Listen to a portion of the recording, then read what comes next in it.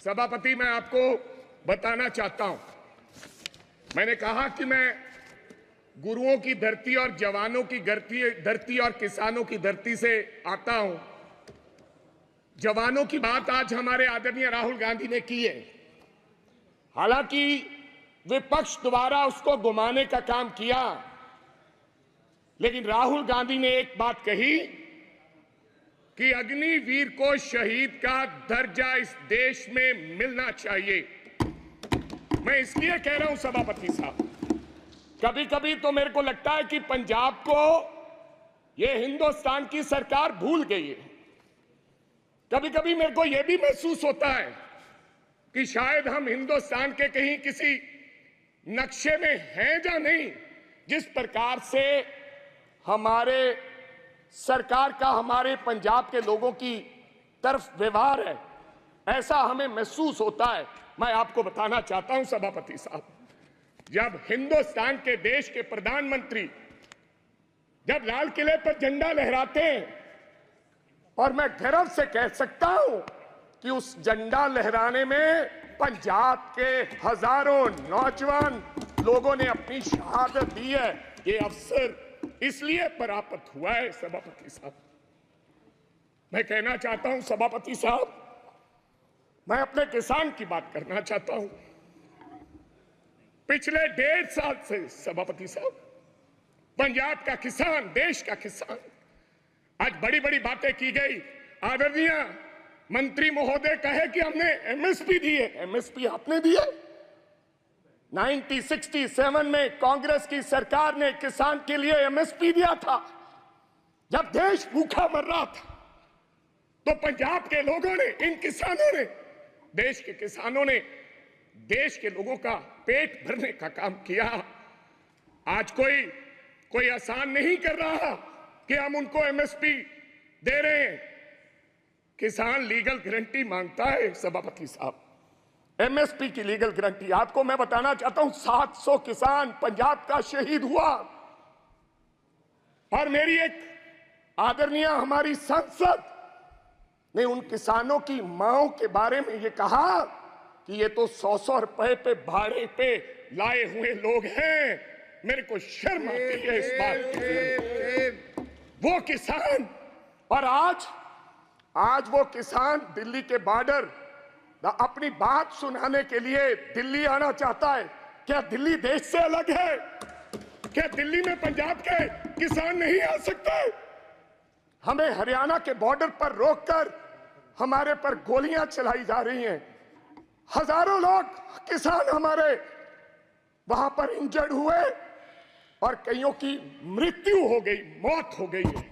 लेकिन सरकार की तरफ से गर्मी है।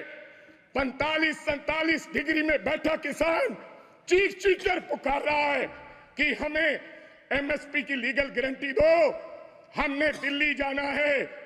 लेकिन उनको आदेश है हरियाणा की पुलिस को, यह देश के गृह मंत्री के द्वारा दिया गया आदेश कि पंजाब का अगर कोई व्यक्ति दिल्ली की तरफ किसान मुंह करेगा तो गोलियों से उसको मार दिया जाएगा। ऐसा हमारे साथ व्यवहार हो रहा है सभापति साहब।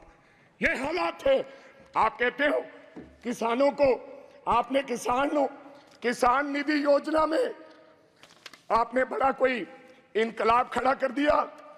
आपने कहा कि 3,20,000 करोड़ लोगों को हमने 20,000 करोड़ दिया है किसान निधि योजना के तहत। मैं पंजाब की बात बताना चाहता हूं। आंदोलन के बाद हमारे साथ किस प्रकार का व्यवहार हुआ।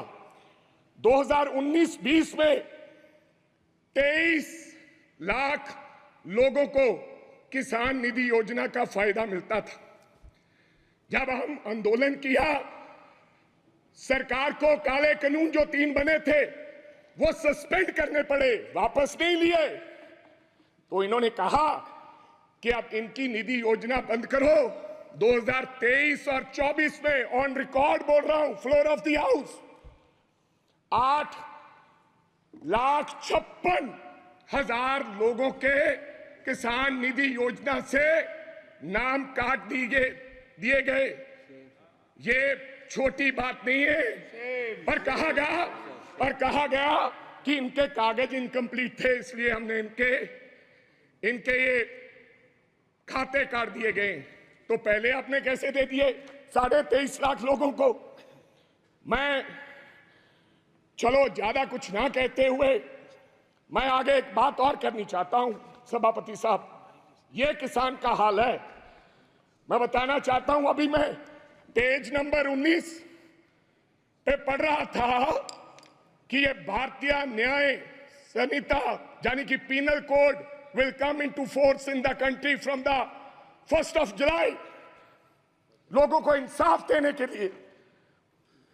और देश के गृह मंत्री ने लॉ एंड ऑर्डर की बात कही कि पंजाब में लॉ एंड ऑर्डर की स्थिति ठीक नहीं है। आज से 4-5 महीने पहले मैं आपको ये कहना चाहता हूं, आप लोगों को जस्टिस देने के लिए ये लॉ लेकर आ रहे हैं। आप कभी पाकिस्तान की बात करते हैं, कभी चाइना की बात करते हैं, कभी कुछ और कहते हैं, लेकिन मैं आज इस सदन में एक बात कहनी चाहता हूं। सभापति साहब, हमारा एक साथी था, उसका नाम था सिद्धू मूसेवाला। एक कलाकार था, दुनिया में उसका नाम था। चाहे तमिलनाडु हो, चाहे महाराष्ट्र हो, चाहे केरला हो, चाहे न्यूयॉर्क हो, उसके गाने पर दुनिया झूम उठती थी। और मैं ये भी कहना चाहता हूं सभापति साहब, टाइम्स स्क्वायर न्यूयॉर्क में हर तीसरे दिन सिद्धू मूसेवाला बजता है। बिलबोर्ड, जो बिलबोर्ड दुनिया के 100 गाने, उनमें से सिद्धू मूसेवाला हर रोज पहले, दूसरे, तीसरे नंबर पे वो व्यक्ति रहता है। उसके साथ हुआ क्या, मैं आज इस सदन को जानकारी और बताना चाहता हूं आपके माध्यम से। क्या हुआ 28 साल के नौजवान के साथ। हम नेशनल सिक्योरिटी की बात करते हैं, आप कहते हैं हिंदुस्तान में परिंदा भी पर नहीं मार सकता। आप ये कहते हैं कि हम हैं, चिंता मत कीजिए। लेकिन क्या हुआ, नौजवान 28 साल के नौजवान को गोलियों से मार मारकर 10 गोलियां मारकर दिन दिहाड़े मार दिया गया। और मारा किसने? सभापति साहब, बहुत से लोग मारे जाते हैं, मारा किसने?